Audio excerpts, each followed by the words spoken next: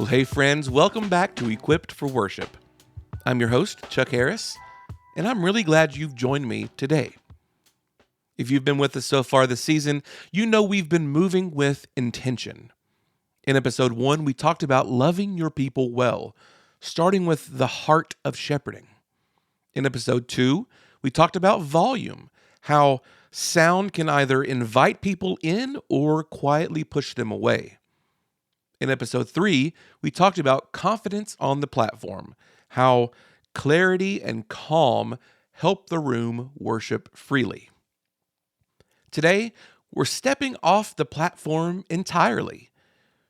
We're walking out the doors of the sanctuary, across the parking lot, and into a space that most worship pastors don't think of as pastoral, but absolutely is.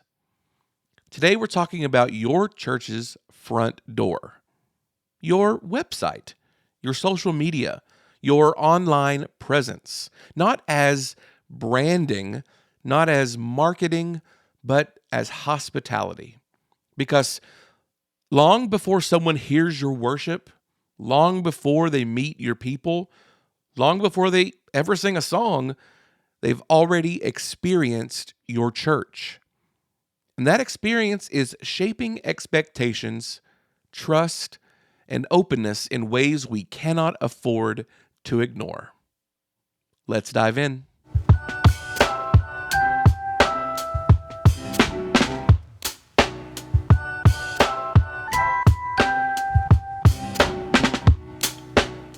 Let's start with a simple truth. People come to church carrying questions long before they carry Bibles. Questions like, will I be welcome? Will my kids be safe? Will I stand out? Will this church understand me? Or what will happen if I show up? For many people, especially those who are unchurched, dechurched, or cautiously returning after hurt, the first step toward church is not the parking lot. It's Google. It's ChatGPT. It's a website visit after midnight. It's scrolling social media quietly. It's reading without being seen.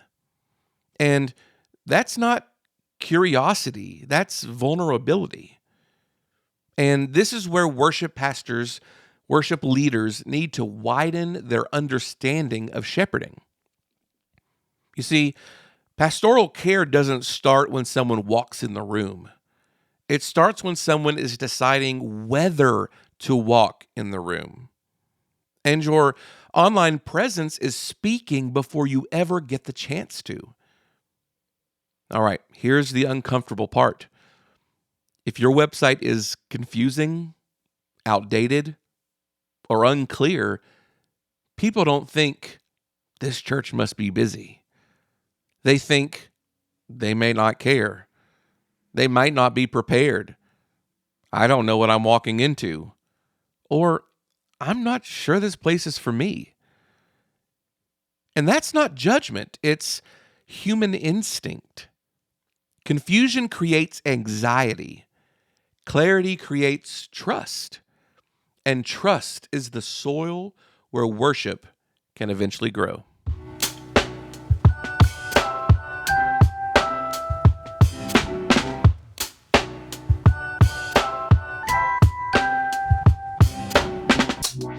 Scripture has a lot to say about hospitality, even if it never mentions websites or social media. In Romans 15, verse 7, Paul says this, "Therefore welcome one another, just as Christ also welcomed you to the glory of God." That word welcome matters. Biblical hospitality is not about impressing people. It's about receiving them with care. Jesus welcomed people before they understood him fully, before they believed correctly, before they behaved properly. He made room. And worship pastors, worship leaders should hear this clearly. Hospitality is not a greeter ministry. It's a posture. Anything that reduces unnecessary fear, confusion, or uncertainty is doing pastoral work. That includes clear service times, easy to find information, honest language, realistic expectations. Hospitality says you don't have to guess here. And folks, that's love. In 1 Corinthians 14, Paul's concern for clarity wasn't limited to the room. It was about the experience of gathering itself. People should know what's happening, why it's happening, and how to participate. That principle doesn't stop at the church doors. Your website and social media are not just informational, they are formational. They teach people what you value. They teach people what you prioritize, what kind of church you are. And worship pastor, especially those of you who oversee media, visuals, or online communication, you are already shaping this space, whether you intend to or not.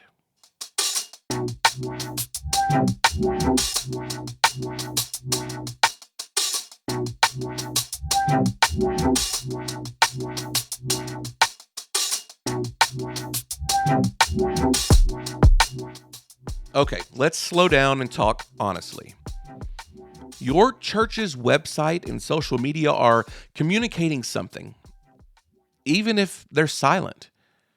If the last update was 3 years ago, that says something. If service times are buried, that says something. If photos are outdated, unclear, or only show the platform, that says something. And again, this isn't about polish. It's about trust. People aren't looking for perfection. They're looking for signals of care. All right, here's a helpful pastoral lens. People don't visit churches they can't picture themselves in. That's not pride, that's safety. So questions like, what should I wear? Where do I park? What happens when I walk in? Will I know what to do? These aren't shallow questions, they're deeply human ones. A church that answers those questions gently and clearly is already doing pastoral work before the first song is even sung. And here's where worship pastors matter a lot. Worship is often the emotional center of the church's public presence. The images you post, the language you use, the tone you set, all of that is teaching people what worship feels like before they ever experience it. If online worship content feels chaotic, overly performative, or insider focused, people assume that's what the room will feel like. But if it feels warm, clear, human, invitational, people are more likely to step inside.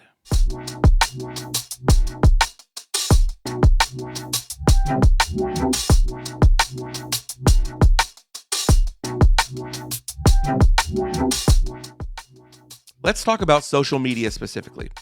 Social media doesn't exist to make your church famous. It exists to make your church approachable. Now, you don't need to post constantly, but what you post should feel like a real church with real people. That means honest moments, not just highlight reels. Language that sounds human, not corporate. Consistency, not flash. You see, social media can reduce anxiety, create familiarity. It can remind people they're not forgotten, and it can reinforce rhythms of worship and prayer. Social media can also quietly communicate, this place is for insiders only, or we're more concerned with looking good than looking faithful. Again, this isn't about being trendy. It's not about becoming famous or viral. It's about being present. Pastoral presence doesn't always mean proximity. Sometimes it means visibility without pressure.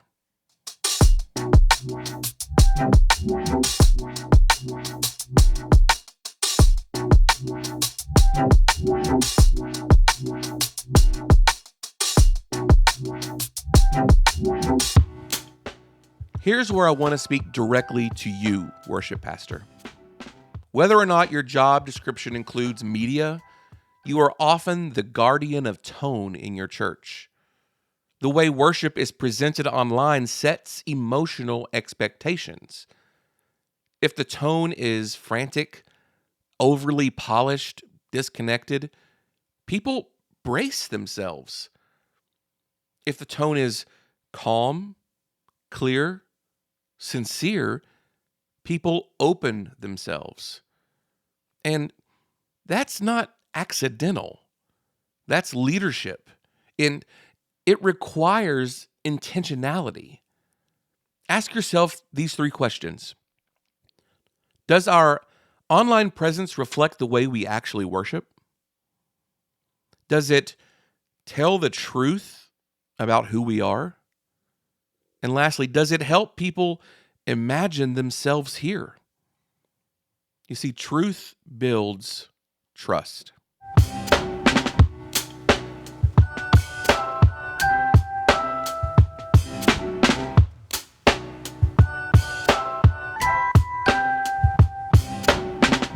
Let me close this way. Your church's front door is already open. The question is whether it feels welcoming or confusing. Websites and social media, they don't replace in-person worship. Let me get that out of the way right now. But they shape whether people ever take the risk to attend. And that makes them pastoral spaces, whether we've named them that way or not. Well, next time we're going to turn our attention inward again. In episode 5, we'll talk about caring for the people in the booth, pastoring our tech teams who often serve unseen, unheard, and under a unique kind of pressure. If today stirred questions or ideas about your church's online presence, I'd love to hear from you. You can email me anytime at chuck@equippedforworship.com. Well, thanks for loving your people long before they ever walk through the doors. Until next time.